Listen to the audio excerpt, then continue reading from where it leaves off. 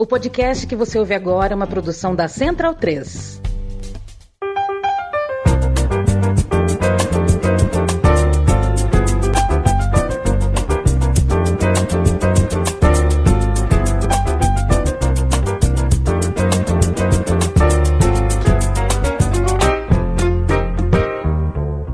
Alô, galera ligada no podcast Meio Campo, está começando mais uma edição da parceria aqui da casa com o trio Ternura de outrora. Leandro Stein completou 100 anos nesse começo de março, o clube mais vencedor da Grécia, né? Abrindo aí o ciclo de centenários de camisas pesadas ao redor do mundo, né? Porque ainda teremos o centenário do Barcelona de Guayaquil, do Bolívar, do Colo-Colo e do Zenit São Petersburgo. O centenário do Olympiacos, com festas muito bonitas nesse final de semana, né? Nesses últimos dias. Obviamente nas arquibancadas eles não iam deixar passar e rolou um mosaico 360 muito legal no estádio Karaiskakis. E hoje, durante a madrugada, aconteceu também show de drone, com drone fazendo o símbolo do clube nos ares de Pireu, um corredor de sinalizadores também que ficou muito bonito na Bahia, né? Algo tradicional de alguns clubes litorâneos fazer esse cinturão de fogo ao redor do mar, e o Olympiacos num momento muito especial, né? Porque é o clube mais vitorioso da Grécia, sobrou especialmente nos últimos 25 anos, né? Um pouquinho mais aí, especialmente depois da segunda metade dos anos 90, em que ele impõe um domínio muito grande no campeonato grego, que é até a sua maior lacuna mais recentemente, né? Mas, enfim, dos anos 90 até a virada aí dos anos 2020, foi um clube hiper dominante no contexto grego, e às vésperas de completar o centenário, conquista o título que a torcida tanto ansiava, né, que era um título europeu como a Conference. O Olympiacos, até pelo tamanho, tinha poucas campanhas continentais que condiziam a esse tamanho todo, né, assim, esse domínio na Grécia. Outros clubes da Grécia tinham feitos mais relevantes, em especial o Panathinaikos, que tinha sido vice-campeão da Champions. O Olympiacos não tinha nem semifinal no currículo, e aí não só passou para a semifinal, para a final inédita, como conquistou um título pela primeira vez para a Grécia. Então, torcida com todos os motivos de comemorar, mesmo que conquistar a Liga Europa esteja difícil depois da ida contra o Bodo Glimt, né, com a derrota por 3-0. O Bruno Bonsante, melhor brasileiro Oi. Que jogou no Olympiacos, na tua opinião?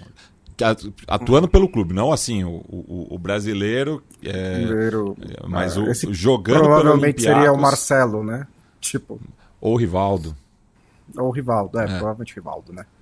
Provavelmente Rivaldo. Eu não tô lembrando muitos de cabeça, assim. Você tem umas opções aí pra mim? Tem o Giovani também. O Giovani, eu acho que é o Giovani, não tem discussão. Então eu acho que é o Giovani, viu, Matias? Não tem discussão. Então, tá posto, né?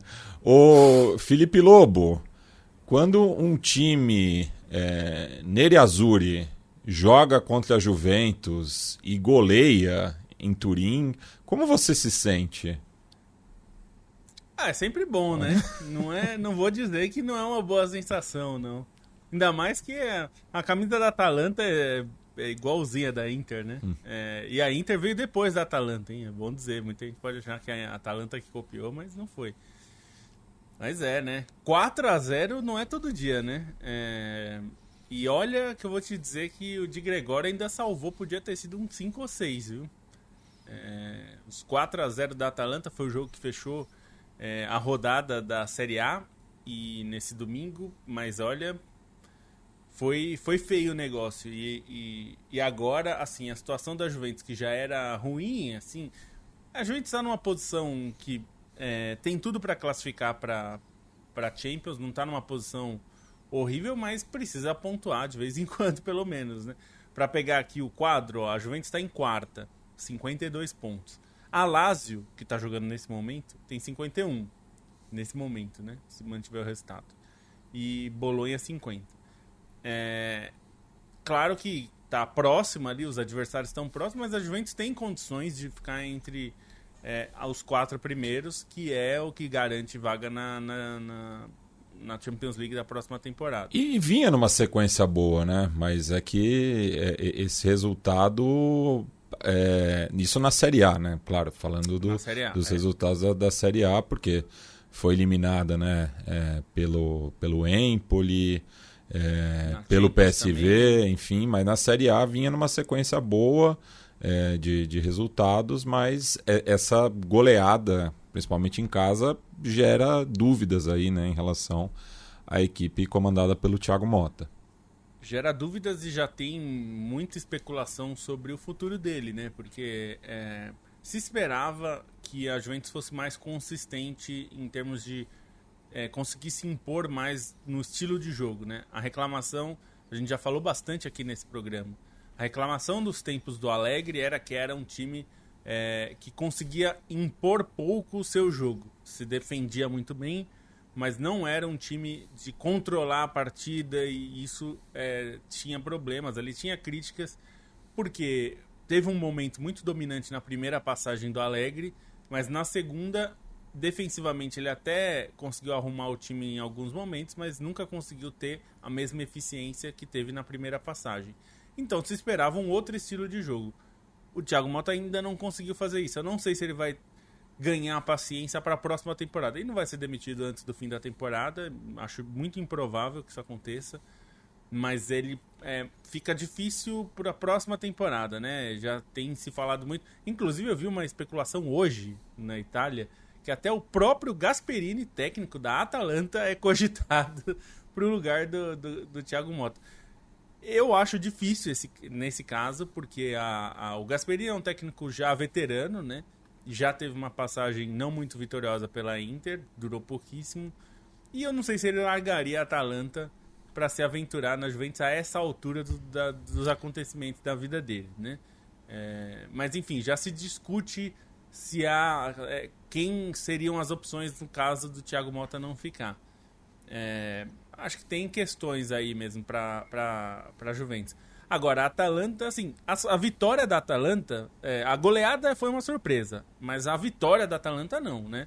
A Atalanta hoje é um time melhor do que a Juventus, então não é que alguém se surpreendeu que a Juventus perdeu em casa para a Atalanta. A questão foi a forma como perdeu, né? Perdeu com uma goleada que poderia ser maior do que foi ainda, né?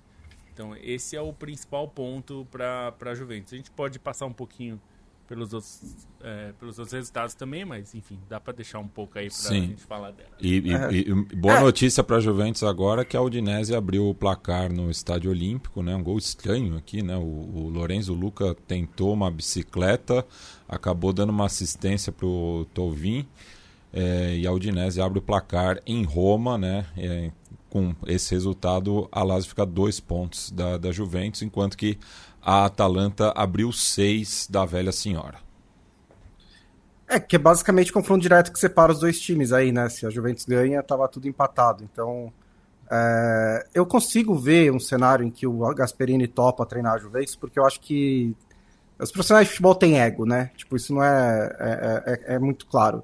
E a última passagem dele por um clube grande, né? A outra tentativa na Inter, ele virou meio que motivo de piada, né? A recuperação do Gasperini na Atalanta foi uma grande história do futebol italiano, gloriosa, ele superou todas as expectativas, e eu consigo imaginar ele falando, não, vou tentar mais uma vez, agora eu tô mais pronto, não sei o quê. Mas é claro que ele tá muito bem confortável na Atalanta, né?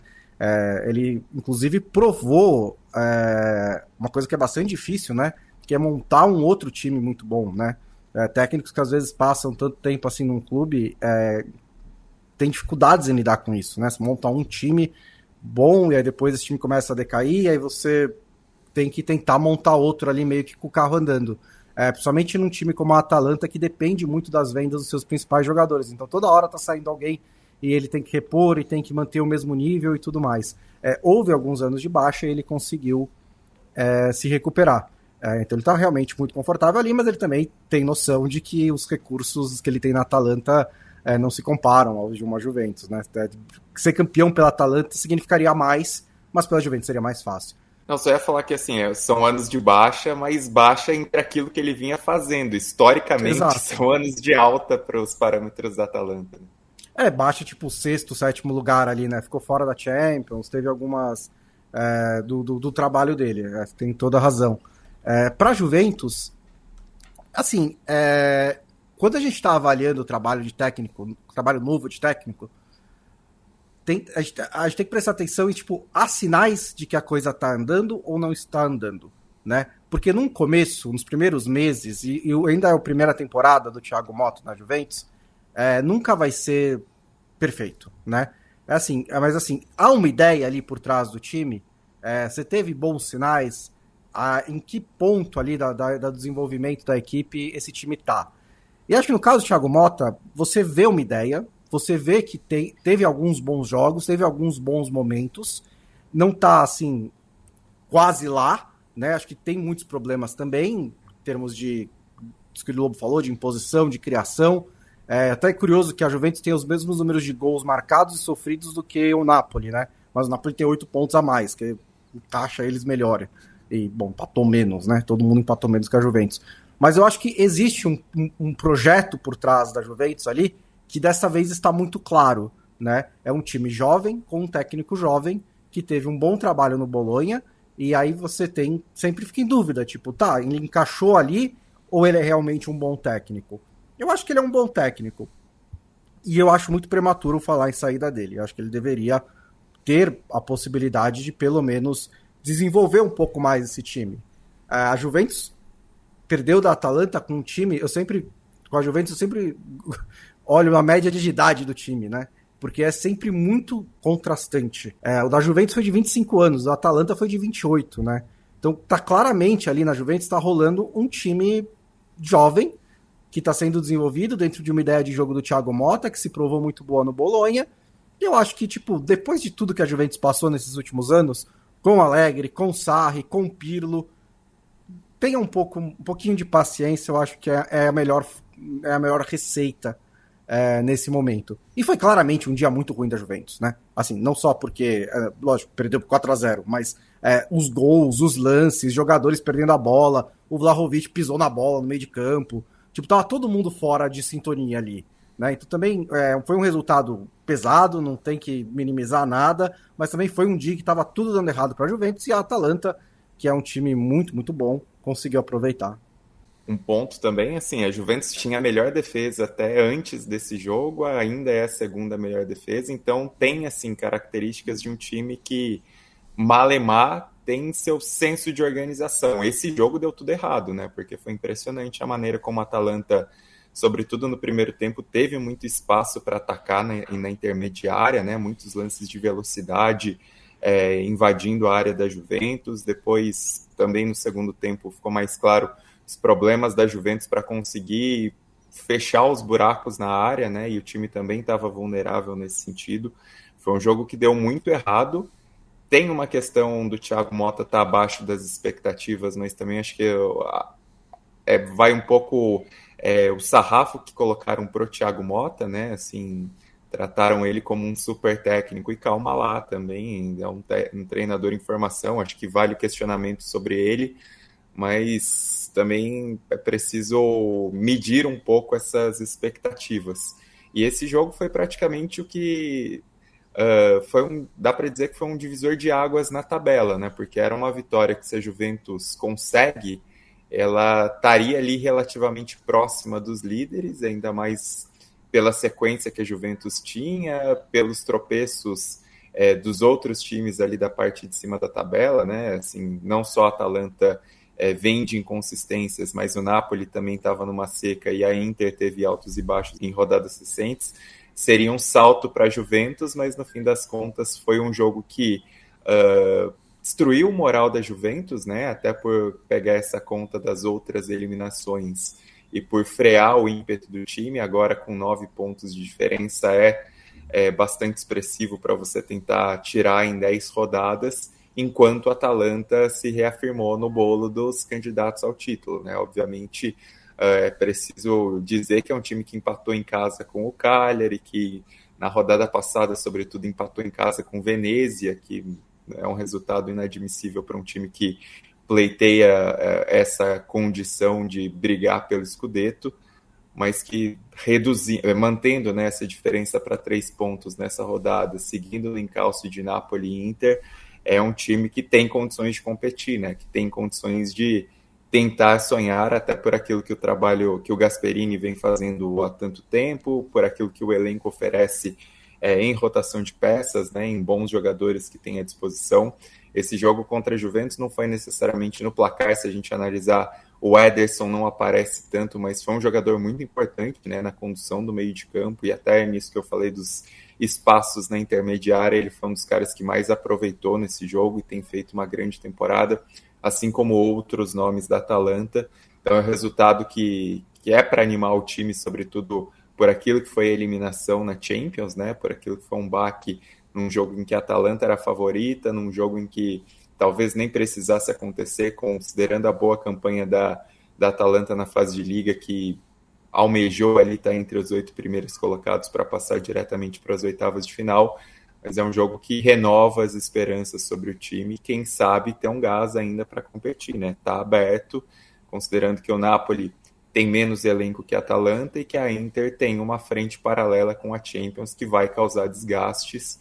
E como a gente já falou em outros programas, não é a Inter mais exuberante, né? Um time da Inter que é funcional, que tem muito jogador para aproveitar, tem 2 bons jogadores por posição. Nesse jogo, a gente pode falar desse jogo contra o Monza, o meio-campo, sobretudo, eu gostei para ajudar nessa reação, como foi, mas é uma Inter que não tem uma pinta de campeã como teve na temporada passada, né? Um estágio diferente do trabalho do Simone Inzaghi, e a Atalanta pode aproveitar esse vácuo. E chama a atenção também, né, que o Stein estava falando, né, da solidez defensiva da Juventus, né, que acabou tomando 4 gols nessa oportunidade, mas é um time que perde pouco, né? É apenas a 2ª derrota da Juve nessa Série A. Por outro lado, empata bastante, né? Tem 13 empates no total, mais do que qualquer outra equipe no campeonato. E o Stein estava falando também, né, sobre o Stein e o Bonsa estavam falando do Gasperini, né, que vai completar na próxima temporada 10 anos em Bergamo, né, caso mantenha o vínculo, e o clube que ele passou mais tempo fora da Atalanta foi a Juventus, só nas categorias de base, né? Ele passou por quase todas as inferiores da Juve, formado no clube como jogador, né? Apesar de não ter jogado bastante tempo, nasceu ali na região metropolitana de Turim, então é uma vitória que para ele tem um gosto especial, né? Porque não pôde treinar a equipe adulta da Juventus, e no seu 2º trabalho mais longevo aí consegue um grande resultado jogando em Turim. É isso. O Stein já passou um pouco por Inter e Monza, né? O Monza fez 2-0 em Milão e a Inter virou para 3-2 no segundo tempo de uma maneira sofrida. Não teve o Marcus Thuram. Marcus Thuram está com um problema de lesão e diz que se revelou, né, nesse jogo. O Arnautovic foi titular, que ele tem jogado com muitos analgésicos, né? Então ele tem tomado analgésicos para conseguir jogar e ele não tem conseguido treinar. O Simone Inzaghi falou sobre isso depois do jogo também. Pode ser um desfalque importante, tem que ver se ele vai ter condições de jogar. Provavelmente vai jogar pela Champions de novo com analgésicos, mas tem que ver se isso não vai arrebentar o Thuram, né? Que tem sido um jogador muito importante para a Inter. Çalhanoğlu foi muito bem, fez um golaço de fora da área nessa vitória de 3-2 aí na virada. E outro time que fez 3-2, o outro time de Milão, que foi o Milan, que fora de casa venceu o Lecce por 3-2 e também saindo de um 2-0, né, contra. Tomou 2-0 do Lecce e estava numa situação muito ruim, mas conseguiu a virada. A entrada do Rafael Leão no segundo tempo foi muito importante para o Milan. 2 gols do Pulisic, 1 de pênalti. O segundo gol num passe do Rafael Leão. Vitória importante porque a vida passa rápido, né? E o Sérgio Conceição, que começou super bem, levantando taça, já tem gente descontente com ele no lado rossoneiro de Milão. Então foi uma vitória importante nesse sentido também para ele. E quem também venceu foi a Roma, fora de casa contra o Empoli. O Empoli é um dos piores times do campeonato, né? Tá brigando ali para não cair, tá em 18ª. A Roma do Ranieri conseguiu a vitória. E na verdade a vitória foi por 1-0, pode parecer pouco, mas a Roma teve umas 814 mil chances e não conseguiu fazer o gol. Teve 2 bolas do Shomurodov ali, que uma foi na trave, outra uma defesa absurda do goleiro. Então assim, a Roma na verdade fez um jogo muito tranquilo. É que ficou 1-0 só, mas poderia ter sido muito mais. E só reforça o que o Ranieri vem fazendo, né? O trabalho dele é muito bom. A Roma São 6 vitórias consecutivas, somando Série A e Liga Europa, né? E já tá a 6 pontos da Juventus, né? Então... Pois é, então, eu ia falar isso mesmo, viu, Matias? Assim, ainda é muito sonho, tá? Chegar na Champions. Ainda é sonho. Tá em 7º, 46 pontos. A Juventus é a 4ª com 52. Mas já não é um sonho impossível. E recebe possível. A Juventus no Estádio Olímpico. Então tem esse confronto direto em casa. A questão assim, tem o Bolonha, né, com 50, sexto colocado. Acho que o Bolonha dá para imaginar que a Roma vai passar eventualmente, porque o Bolonha não tem o mesmo elenco. Então dá para imaginar que o Bolonha não vai se sustentar diante da boa fase da Roma. Mas tem a Lazio, né, que agora empatou, inclusive. Brigando, empatou o jogo. É um time que tem feito uma boa temporada. E a própria Juventus. Então, a briga pela última vaga de Champions, a 4ª posição, vai ser bem interessante. Assim, o 5º colocado vai para a Liga Europa, o que é bem importante também, principalmente para alguns desses times. Mesmo para a Roma é importante estar na Liga Europa, se não for para a Champions, né? A Roma precisa também estar nessas competições europeias porque ajuda no orçamento e em tudo mais, né? Não só pelas premiações, mas para chance de título, né? É importante. A Roma está disputando a Liga Europa nessa temporada. É um dos times que é candidato ao título, né? Visita o Atlético Bilbao nessa quinta-feira, venceu o jogo de ida, né? Por 2-1. Jogo duríssimo. Se passar pelo Atlético Bilbao, vai muito forte, porque é um adversário, são 2 candidatos ao título, né? Mas é interessante ver essa disputa mesmo, porque acho que ali Lazio, Juventus e Roma, eu não acredito tanto no Bolonha, e até a Fiorentina, que vem numa má fase ultimamente, né? Vinha muito bem, começou a cair, são 4 derrotas nos últimos 5 jogos. É muita coisa, né, para um time que vinha bem. Mas, assim, ainda tem tempo de tentar uma recuperação e buscar, pelo menos, chegar a uma conference que seja, ainda dá para brigar. Mas a Roma me parece hoje o time em melhor fase desses todos que estão brigando aqui. Vamos ver se isso vai ser suficiente, né, para chegar mais acima. Passando aqui por alguns comentários de quem acompanha a nossa live lá no canal do Meio Campo. O José Sobreira Targino Neto, sempre presente desde João Pessoa, capital da Paraíba. O Getro também manda boa tarde, assim como o José Nilson Vinícius. A Cecília Madeira, que é a nossa apoiadora, manda um boa tarde aqui. Diz que adorei que o Arsenal e o Santos me deram ótimos presentes de aniversário, jogando nada. Fica aqui os parabéns, entendo a frustração da ouvinte. O Eduardo Stalin manda um boa tarde aos da Meia Cancha, também outro apoiador, assim como o Wagner Cavalcante, que manda saudações camaradas. O Wanderson Santos manda um salve aqui para o Meio Campo, podcast com integrante de alta qualidade e conteúdo. O Alan Freires, outro apoiador, manda aqui boa tarde. O John Green manda boa tarde, podcast de alto nível. Marcelo Arruda, abraço para todos os cabeludos e para o Bonsa também. Opa, que é isso. O Murilo manda aqui abraços aos companheiros. Também muita gente lembrando do Yamin, enfim. E o João Fernandes Garcia manda boa tarde, diz que abraços de Rio Preto, aguardando a exoneração do vice-prefeito, já que não foi preso em flagrante, né, no caso de racismo ali na rodada derradeira do Campeonato Paulista em Mirassol. Bonsa, vamos agora para a Inglaterra, no qual o Liverpool começou mal, né? Inclusive, você até brincou, né, que o texto da newsletter envelheceu mal, né? Como leite fora da geladeira. O Alisson falhou, né, no gol do Southampton. Mas pelo menos não foi muito bem, né? A virada veio na sequência, né? Inclusive com mais 2 gols do Mohamed Salah, que faz uma temporada irretocável e mantém, né, a liderança isoladíssima, né? Até contando aí, né, com os demais resultados. A briga pelo título acabou, né? Assim, você vê, acho que é muito difícil agora, né? Até acho que a reação do Arteta depois do jogo, né? Na entrevista que ele dá pouco depois do fim do empate com o Manchester United, deixa isso muito claro, né? Ele tá muito bravo, né, com as coisas.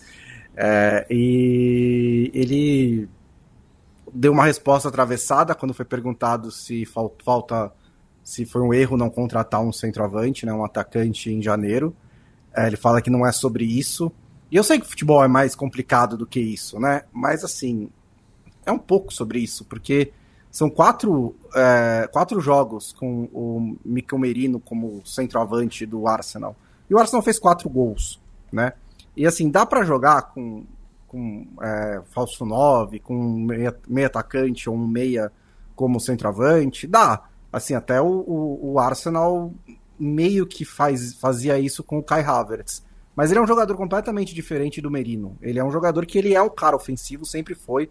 Ele era um meia atacante, né? O Merino é um pouco mais para trás, joga um pouco mais para trás, é mais um meia central. O Havertz está acostumado a jogar, estava acostumado já a jogar desse jeito, jogava no Chelsea desse jeito. O Merino é diferente, né? Ele foi meio que jogado ali por falta de opção, sem ter exatamente essas características, e você não treinou o time o ano inteiro para jogar com o Merino de centroavante. Essa que é a diferença, principalmente, né? Quando você tem um Manchester City campeão com, sei lá, qualquer um ali, o Foden de centroavante, Bernardo Silva, é um time montado para isso, né? O Arsenal teve que improvisar ao longo da temporada, e isso tem feito falta, né? São 4 jogos em que o Arsenal não criou tanto assim, e que, mesmo assim, e que não teve também a contundência. Isso faltou também contra o Manchester United, né? Foi um jogo meio ruim, né, no geral. Foi um jogo em que o Manchester United até lamenta também, né? Tava jogando em casa, chegou a abrir o placar, teve até algumas oportunidades para ampliar, não conseguiu. Depois o Rice deu um belo de um chute para conseguir o empate, para buscar o empate. E é um resultado horrível para os dois, né? Porque agora a gente tem o Arsenal 15 pontos com um jogo a menos, então mais ou menos 12 aí, faltando 9 rodadas, não tem nenhum sinal de que um lado vai ganhar quase todos os jogos ou o outro lado vai perder quase todos os jogos. Então acho que a briga pelo título tá meio que morta, mas a briga pela Champions League tá bem interessante, né? Porque você tem a Inglaterra muito provavelmente vai receber a 5ª vaga, então o limiar ali é o Manchester City com 47 pontos, então dá para imaginar até o Fulham buscando, né? Então você tem ali do 10º para cima de olho em vagas da Champions League, pelo menos 2, né? Eu acho que Arsenal e Forest, o Forest depois dessa ótima vitória contra o Manchester City no sábado, e também foi um jogo, uma vitória em que quando você vê de fora, né? O Forest ganhou por 1-0, parece aquele jogo em que apanhou o jogo inteiro e achou um gol. Não foi exatamente assim, né? Até foi o segundo tempo em que criou mais do que o Manchester City, foi um jogo mais igual do que se imaginava, do que se imaginaria. E acho que foi uma boa resposta do Forest, que tinha dado uma osciladinha e conseguiu ganhar de um Manchester City que vinha em forma, né? Agora, a questão assim, é quem que sai daí, né? Porque eu ainda imagino que o Manchester City consegue pontos suficientes para ficar entre os 5 primeiros. O Forest está forte e está com uma boa vantagem, né? Tem 5 pontos em relação ao Brighton. Então acho que talvez o mais vulnerável seja o Chelsea, que está fazendo uma boa temporada, principalmente depois da temporada passada, mas entre todos esses 5 primeiros, tirando o Liverpool e Arsenal, já estão garantidos, mas entre os outros 3 é o que me parece mais vulnerável. E aí é ver quem consegue se aproximar, né? O Brighton, de repente, já estava dando bons sinais e de repente deu uma boa decolada, né? Tá aparecendo em 6º lugar, só 1 ponto atrás do Manchester City, o que é um grande trabalho para o Brighton, que treinador muito jovem, né? É um time em constante reformulação e está conseguindo chegar lá. O Newcastle está em campo agora contra o West Ham e também pode, se ganhar, inclusive empatar com a pontuação com o Manchester City. Você espera o Newcastle brigando por Champions League, porque está nesse projeto novo, e tem o Aston Villa também, né, que está bem encaminhado para chegar às quartas de final da Champions League, e tem time suficiente para buscar esses pontos. Então, essa nesse momento é a principal briga, né, que mais chama atenção na Premier League. A vitória do Forest foi algo bem interessante. O jogo foi interessante, né? Ao contrário de Arsenal e Manchester United, que foi um jogo bem ruim, esse foi um jogo interessante porque o Forest mostrou por que tá na posição que tá, né? Não é um time... O segundo tempo do Forest, principalmente, foi um jogo muito interessante. Murilo, de novo, bem, né? Fez um excelente jogo. Muita gente destacou lá na Inglaterra como ele foi bem marcando o Haaland, que é muito difícil, né? Embora não seja só ele o responsável, evidentemente. Mas mostra isso que assim, eu tinha dúvidas se o Forest aguentaria até o final para ficar brigando ali pela Champions, né? Porque o início foi muito bom.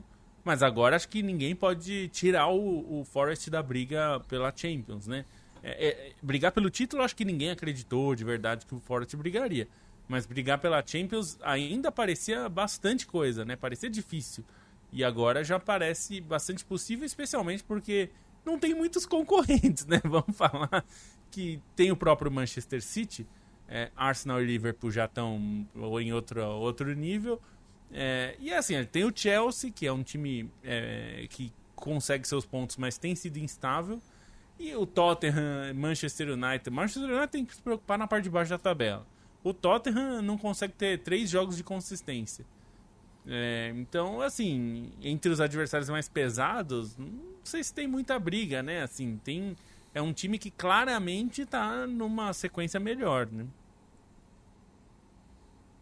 E nessa briga na Champions vai contar muito esse fôlego na reta final, né? Porque é muito parelho, e se a gente considerar, assim, obviamente, tirando Chelsea e Manchester City, que são 2 clubes que a gente acaba vendo mais os defeitos do que os méritos, porque são temporadas abaixo, né? Assim, o Chelsea, acho que nem tanto uma temporada abaixo, mas é uma temporada que virou um pouco um anticlímax, né? Porque era um Chelsea que rendeu muito bem durante, sobretudo, a primeira metade do campeonato e degringolou depois.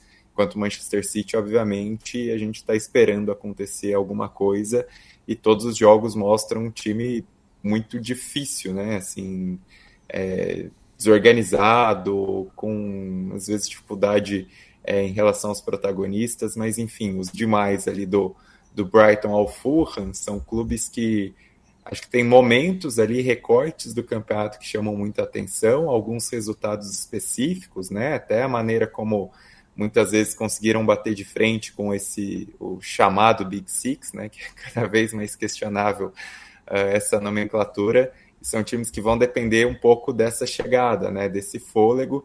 Talvez o que tenha uma preocupação um pouco maior seja o Aston Villa, porque tem essa frente na Champions paralela e tem uma situação na Champions que, enfim, muito provavelmente pega pelo menos as quartas de final, né? E é um time que talvez tenha até a capacidade de competir além por aquilo que já demonstra há muito tempo, por aquilo que é trabalho do Unai Emery. O restante tem esse cenário aberto, é uma temporada que acho que vai ser bacana na Inglaterra por premiar essas histórias diferentes, né? Não só pensando na questão do campeonato inglês, mas da própria FA Cup, que está totalmente aberta. A própria Copa da Liga pode ter um campeão diferente em relação a um campeão inédito, né? Que seria o Newcastle, que se classificou para a final. O próprio Liverpool, embora tenha um título recente, se a gente considerar o tamanho do Liverpool e o hiato que perdurou durante tanto tempo na Premier League, esse é um título de reafirmação importante também. Então, assim, acho que essa temporada 24-25, mesmo chegando à disputa do título já resolvida na Premier League, faltando essas rodadas todas para o final, né, essas 9 rodadas, vai ser lembrado um pouco como saindo do mais do mesmo em relação ao que a gente tinha visto nos últimos tempos. O Manchester United está quase no Small Six aqui, né? Se o West Ham ganhar, vai cair para 15º lugar, que realmente a briga pelo rebaixamento já era também, né? Então não importa, mas é uma temporada tanto do United quanto do Tottenham que são bem complicadas. E o Fabiano Garrotti aqui pergunta: imagina o Liverpool tendo a guarda de honra feita pelo Arsenal é porque o Liverpool precisa só de mais 16 pontos para ser campeão, né? E isso você conseguiria em 6 jogos. E o 7º é contra o Arsenal. Então é possível que o título seja conquistado logo antes do confronto direto contra o Arsenal. Isso se o Arsenal também... Porque o Arsenal pode chegar no máximo a 85 pontos, né? Faltam 10 rodadas. Isso se o Arsenal vencer então, todos os jogos também, né? Se o Arsenal vencer todos os jogos também. Aqui também se o Liverpool vencer todos os jogos também, né? Tem para os dois lados também, mas na prática o Liverpool precisa de mais 16 pontos para ser campeão e tem 27 em disputa. O Leandro Stein, tivemos um jogo adiado, né, na rodada de La Liga, por conta da morte do médico do Barcelona, né, o Dr. Carles Miñaro Garcia, que sofreu um infarto horas antes da visita ao Osasuna, né, acabou falecendo no hotel que o clube catalão estava em Pamplona, e com esse jogo adiado, o Barça viu o Real Madrid se aproximar novamente, né? A equipe madrilenha vinha de tropeço na rodada anterior, mas voltou a ficar com a mesma pontuação do Barça, ficando atrás nos critérios de desempate. É uma rodada que mantém esse equilíbrio todo no topo da tabela de La Liga, né? Com Barcelona e Real Madrid com 57 pontos e o Atlético de Madrid com 56, porque não aproveitou a possibilidade de ultrapassar o Barcelona com a derrota para o Getafe, né? Um jogo em que o Atlético de Madrid não conseguiu se impor, porque é muito difícil pegar o Getafe no Coliseu, né? E um time totalmente defensivo conseguiu segurar. O Atlético de Madrid só foi marcar o gol na reta final já, né? Com 30 minutos do segundo tempo num pênalti convertido pelo Sorloth. Mas aí o Ángel Correa é expulso e isso dá uma sobrevida ao Getafe, que consegue 2 gols do Arambarri já depois dos 43 do segundo tempo, né? Virada de consumo aos 47 do segundo tempo. Resultado gigantesco do Getafe, assim, não necessariamente por pretensões, né? Mas por aquilo que, considerando que o time já assim, tem risco de rebaixamento, mas está numa condição relativamente tranquila na 12ª posição. Mas para o Atlético de Madrid é um grande baque, né? Porque, embora se soubesse de antemão que seria um jogo difícil, para o que está sendo a briga nesse topo de tabela de La Liga, era um jogo para conquistar os 3 pontos, né? Para se manter no páreo. Enquanto isso, o Real Madrid até rodou algumas peças, né? Em relação ao que é prioridade, pensando em Champions League, para enfrentar o Rayo Vallecano, que faz uma boa temporada, que está ali na briga por competições europeias, e dessa vez o setor ofensivo funcionou bem, né? Não foi necessariamente uma goleada do Real Madrid, mas um 2-1 até apertado, considerando enfim, as circunstâncias, o Getafe diminuindo a diferença no placar no fim do primeiro tempo, mas foi um Real Madrid que contou com seus grandes protagonistas, né? Contou com o Vinícius Júnior fazendo a diferença com um golaço, o Mbappé também assinando uma grande jogada para conseguir essa vitória por 2-1, uma vitória suficiente, até pensando em situação de campeonato, né? Para o Real Madrid, o interesse está todo na Champions, está todo em preservar a diferença sobre o Atlético de Madrid em relação ao jogo de ida, mas foi uma vitória boa para que o time cumprisse sua parte. Agora espera o Barcelona que, além da questão de adiar e de congestionar um pouquinho mais o calendário do Barcelona, é um jogo difícil contra o Osasuna, né? Mas não tinha outra decisão a ser tomada do que respeitar esse luto, até pela gravidade da situação, enfim, pela proximidade dos jogadores com o médico. Foi uma atitude respeitosa e devida de todas as partes em relação a isso. E só para destacar, dar outro destaque que também acho que merece um olhar é o Betis, né? Porque o Betis não foi uma vitória tão chamativa assim, 1-0 sobre o Las Palmas dentro de casa, mas o Betis vem numa sequência muito boa de 4 vitórias consecutivas, tem toda a questão dos olhares sobre a temporada que o Isco está fazendo, e desde que ele chegou ao Betis ele tem jogado muito, né? A própria chegada do Antony agora dando mais condições ao time, e o Betis está com 41 pontos, tem um jogo a mais que o Villarreal, mas está com 3 pontos a menos, então está na condição de brigar pela 5ª posição. E tem a questão da disputa pela 5ª vaga da Champions, que pode muito bem ir para a Espanha, né? Então essa 5ª colocação vai ser muito valiosa, e o Betis está numa crescente importante. O Betis é um clube que, nos últimos anos, ele trouxe o Pellegrini, que é muito importante para o desenvolvimento para o time, fez boas contratações, manteve elencos competitivos, mas às vezes curtos por questões de limitação financeira, então não era que tinha um elenco vasto, e até pensando que é um time que bate cartão nas competições europeias, né? Nesse ano tem a tendência de chegar longe também na Conference, mas é uma equipe que acho que em La Liga até se esperava um pouquinho mais assim do Betis nos últimos anos, talvez se colocar como uma 4ª força eventual para disputar vaga em Champions, mas vinha sendo inconsistente, né? Assim, sempre aparecia uma equipe mais regular que o Betis na hora de fato de pleitear por essa vaga na Champions, e agora com essa crescente, com um trabalho consolidado, com jogadores chamando a responsabilidade, pode ser uma história aí de reta final de temporada, não necessariamente para alcançar o Atlético Bilbao, né, que está com 49 pontos, já está numa distância relativamente confortável, mas vejo essa disputa aberta entre Betis e Villarreal que faz uma temporada muito boa, mas que não é assim um elenco tão chamativo assim. Então, acho que o Betis nessa crescente pode aproveitar e talvez ficar com essa 5ª vaga na Champions. Eu fiquei um pouco com dó do Raio Vallecano, necessário, porque eles fizeram um bom jogo, né, contra o Real Madrid. Só que aí, tipo, o que você pode fazer, né? Você lança a bola no Mbappé, ele corta pra dentro, bate, gol. Aí você lança a bola no Vinícius Júnior, ele, tipo, gira em torno da sua defesa, bate, desvia o gol. É um pouquinho assim... É muito difícil você, né, combater as individualidades desse Real Madrid, né? E são só 2 ainda, né? Ainda tem mais outras, né? Inclusive o Rodrigo, Bellingham, Modric, tipo, no geral desse time.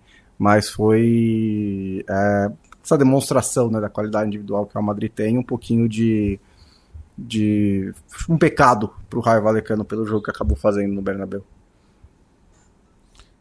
E Felipe Lobo, tivemos uma rodada cheia de zebra na Bundesliga, né? E com isso o Mainz contou aí, né, com os tropeços e chegou à 3ª colocação do campeonato alemão. Doido isso, né? Porque eu tava vendo aqui os primeiros colocados todos perderam, né? O Bayern perdeu, o Leverkusen perdeu, o Frankfurt perdeu e o Mainz ganhou. O Mainz agora é o 3º colocado, para passar nos principais, né? O Bochum ganhou do Bayern de Munique em Munique. Essa Bochum, foi... que na temporada passada tomou 7 em Munique, né? E dessa vez venceu depois de sair perdendo, né? Por 2-0, virou o jogo. É apenas a 5ª vitória do Bochum, né? Que tá brigando contra o rebaixamento, mas agora ocupa, né, o posto ali de 16º, que jogaria o play-off, né, com o 3º colocado da 2ª divisão. Mas tinha ganhado também em fevereiro do ano passado, né? Tá Sim. Sendo... Não é bizarro, né? Mas é um time que meio que tá enchendo o saco do Bayern de vez em quando. Na real, é a 3ª vitória do Bochum nos últimos 7 jogos contra o Bayern. O que, tipo, para um time como o Bochum contra o Bayern, é um aproveitamento bem mais alto do que você imagina, né? E os outros resultados que foram... Quer dizer, o resultado surpreendente dessa rodada, além desse, é o Leverkusen perder em casa pro Werder Bremen, né? Perdeu por 2-0, um jogo que o Leverkusen teve várias chances, não conseguiu marcar e acabou perdendo por 2-0. Quem também perdeu dos grandes foi o Dortmund, mas aí, como disse o Bonsa num grupo que a gente participa, nenhuma derrota do Dortmund é por acaso, né?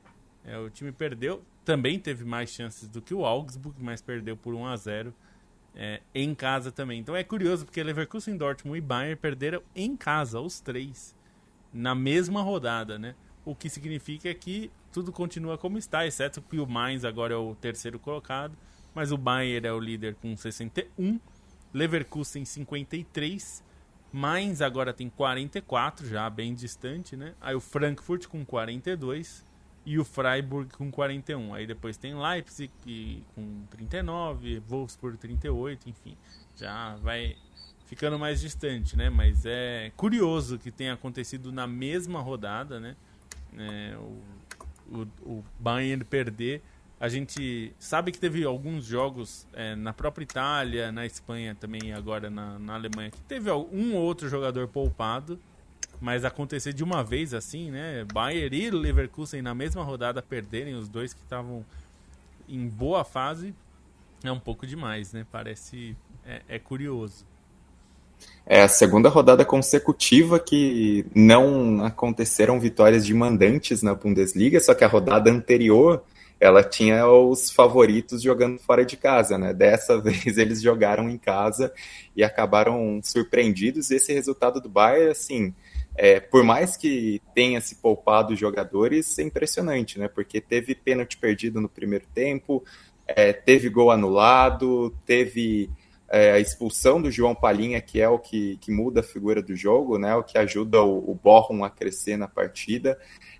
Depois, no segundo tempo, muita gente entrando, e aí entra o Harry Kane, entra o Musiala, entra o Olise.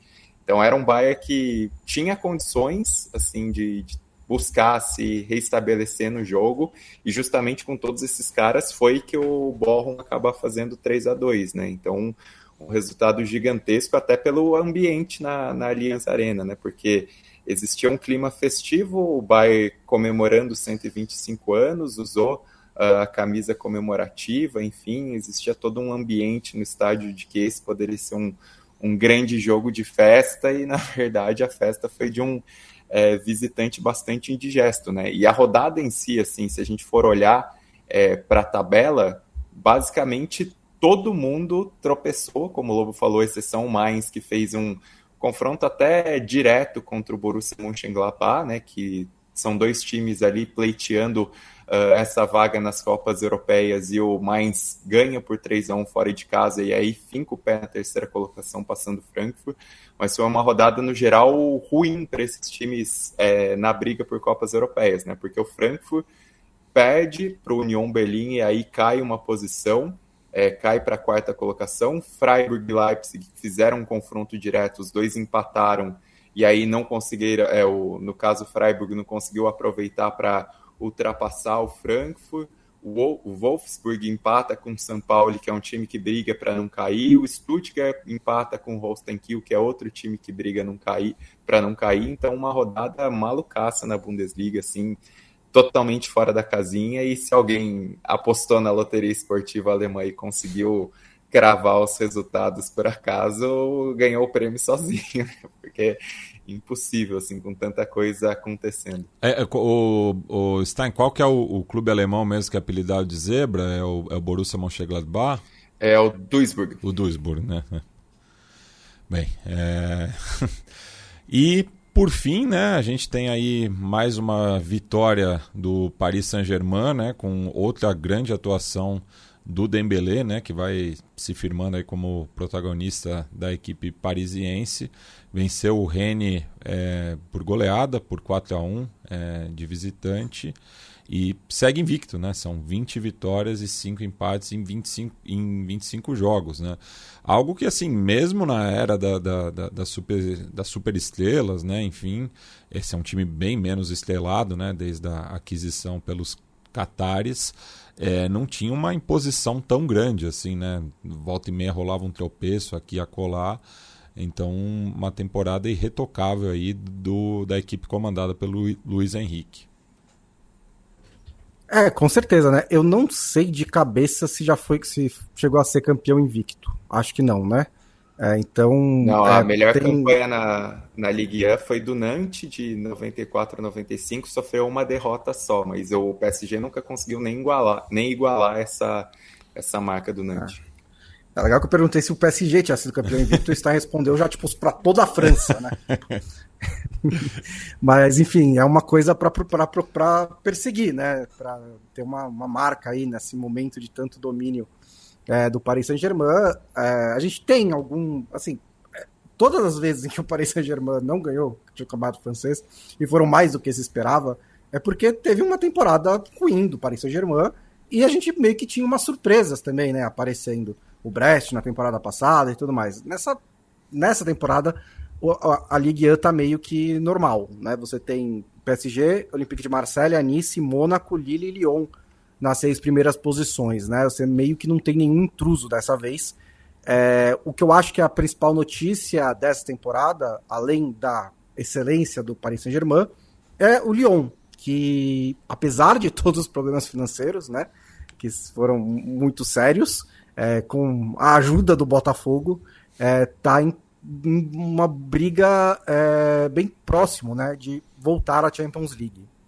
Está em 6º lugar com 42 pontos, o Lille tem 44, o Mônaco tem 44, o Nice é alcançável, tem 46, e o Lyon não joga a Champions League desde 2019 e 2020, depois de ser 3º colocado na Ligue 1, né? Foi 4º colocado em 2020 e 2021, mas a Ligue 1 naquele momento não tinha as 4 vagas, e tirando isso, ficou ali entre o 6º e o 8º lugar. Então é um retorno do Lyon que, tipo, para todos os efeitos, meio que deveria ser, né, ali 2ª ou 3ª força da França constantemente, né? É que não conseguiu nesses últimos anos, mas apesar de todos os problemas, essa é uma temporada de recuperação e tem aí 9 rodadas para tentar selar essa vaga. Primeiro, pegar essa vaga, né? Não está na posição agora, mas depois selar a vaga de volta para a Champions League.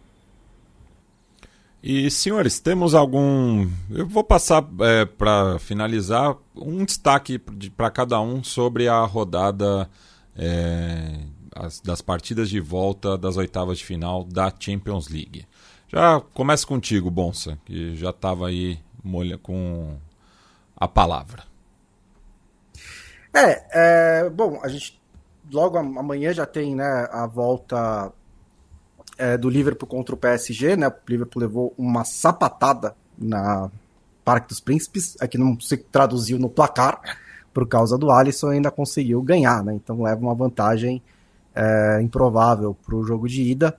Eu também tô interessado amanhã em ver como é que vai ser essa reação do Leverkusen contra o Bayern. Eu não espero que o Leverkusen consiga reverter uma derrota de 3-0. Não é o melhor momento do Leverkusen na temporada também, mas esse é um time que no último ano e meio mostrou muita sobriedade em momentos ruins, né?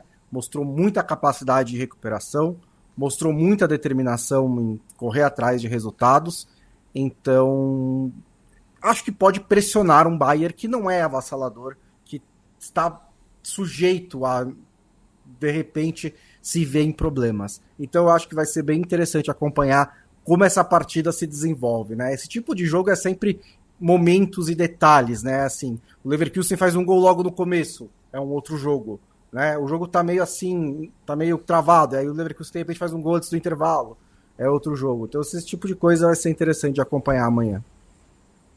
Terça-feira, né? Às vezes você está ouvindo esse podcast amanhã, e aí amanhã, na verdade, é quarta. Ou quarta. Ou tá ouvindo quarta. Às vezes na quarta. Daí é ontem. Exato.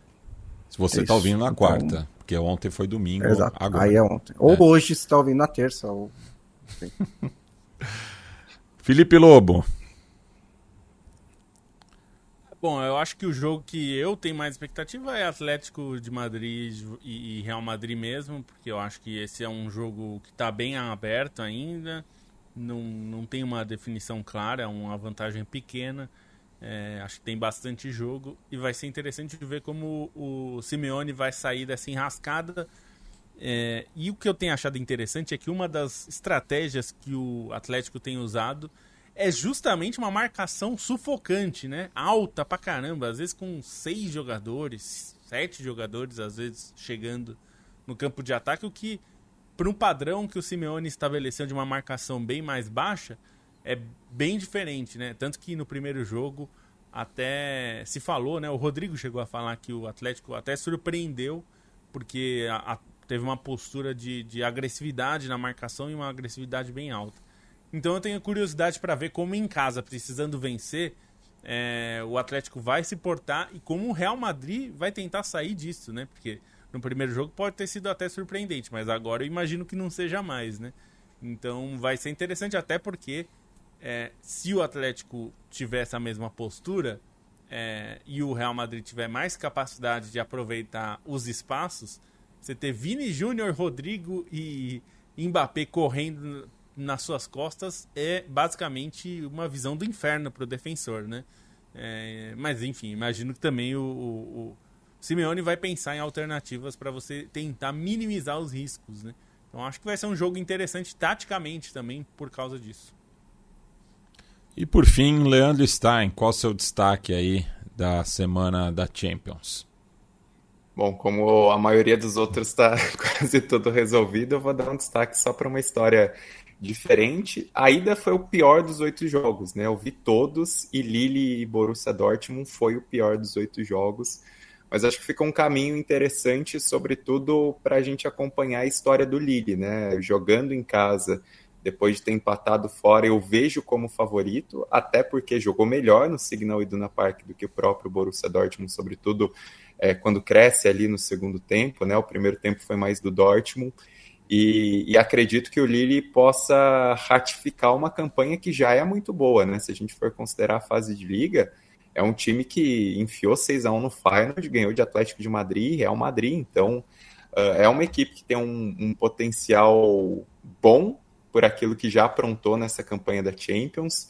É um clube que já vem da sua melhor campanha europeia na temporada passada, né? O Lille foi quadrifinalista da Conference League, perdendo para o Aston Villa, então é um time que tem criado esse lastro internacional, né? Até quando o Lille vinha de título francês, por exemplo, no início da década passada, não foi um time que conseguiu causar tanto impacto assim na Champions, né? Se esperava mais do Lille na Champions. Enquanto isso, agora essa geração atual tem feito um papel muito bom e tem demonstrado essa capacidade competitiva, né? Então, ainda que o Borussia Dortmund, por camisa, tenda a ser visto como favorito, né? E a temporada passada mostrou também como é um time que sabe disputar Champions, não é que existam tantos indicativos assim para a gente acreditar no Borussia Dortmund, e uma quarta de final de Champions para o Lille já seria histórica, e considerando os jogadores que tem à disposição também, é muita gente que pode se projetar, né?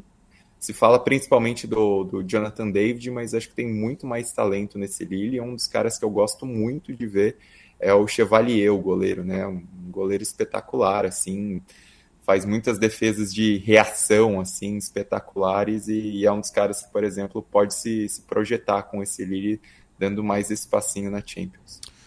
É isso, senhores. A gente agradece mais uma vez aos apoiadores do canal Meio Campo, como o Felipe Alves, que assinou agora a sua membrancia, né? Novo membro aí do canal. Lembrando... Você inventou isso ou é uma palavra É que mesmo? tem em espanhol, eu não sei se em português tem. Eu pensei em espanhol dessa vez. Mas a gente tem lá o grupo de WhatsApp também, no qual surgem vários debates interessantes também, principalmente durante as rodadas. Fica o convite amanhã, eu vou participar da live lá com os Tricolaços, né? Com o Arnaldo Ribeiro, o Tirone, Maurício Barros, enfim.